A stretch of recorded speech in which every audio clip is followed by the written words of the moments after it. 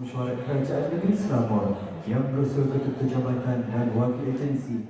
Saya dengan ini memperkenalkan secara rinci tugas-tugas Ahli Majlis Mesyuarat Kerajaan Negeri untuk penggal ke-15.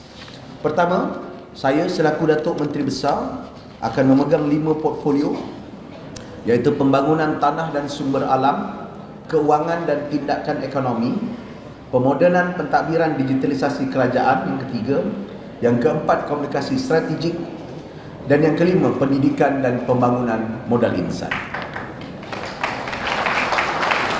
Yang berhormat Tuan Eng Zihan, Esko Pelaburan Perdagangan dan Mobiliti.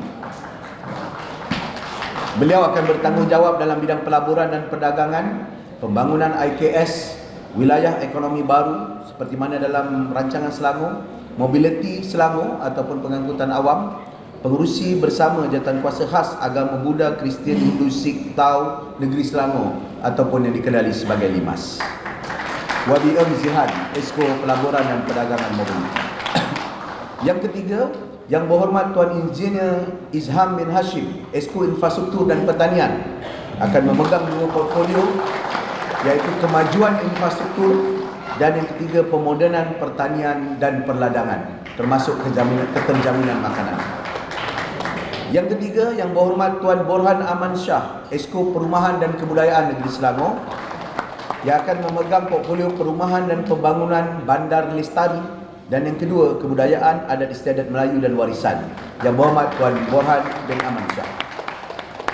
Yang keempat, Yang Berhormat Tuan Eng Swee Lim atau yang kelima, Esko Kerajaan Tempatan dan Pelancongan Negeri Selangor.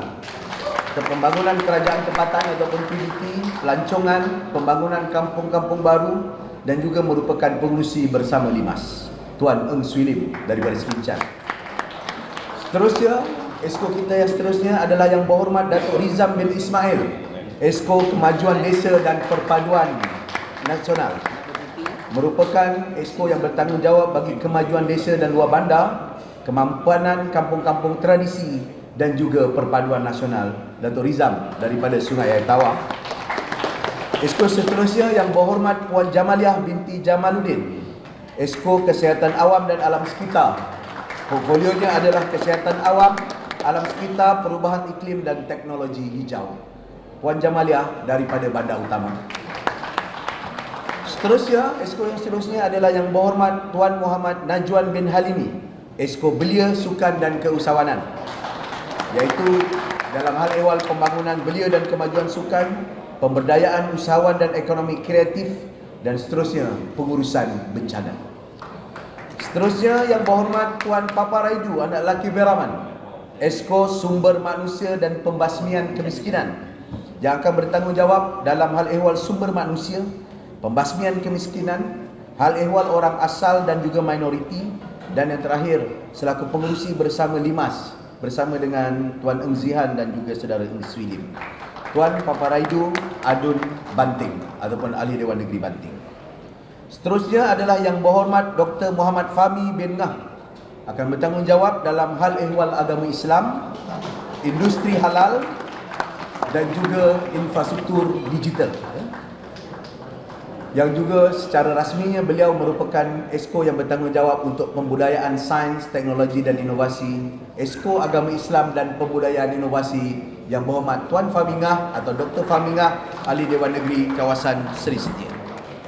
Dan yang terakhir, Yang Berhormat Puan Anfal binti Syari, Esko Pembangunan Wanita dan Kebajikan Masyarakat, akan bertanggungjawab di 3 portfolio, iaitu pemberdayaan wanita dan keluarga, kebajikan masyarakat dan ekonomi penjagaan ataupun yang dipanggil sebagai care ekonomi. Apa yang dimaksudkan adalah berkenaan dengan penjagaan warga emas dan juga anak-anak yang kita anggap sebagai core dan nadi kepada isu yang harus kita tangani menjelang beberapa tahun yang mendatang.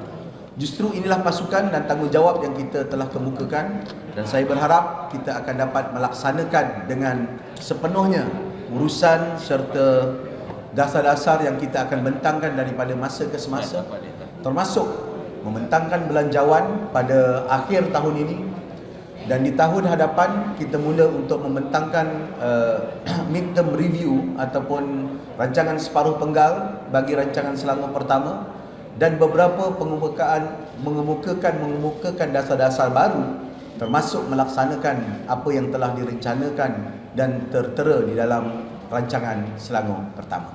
Kita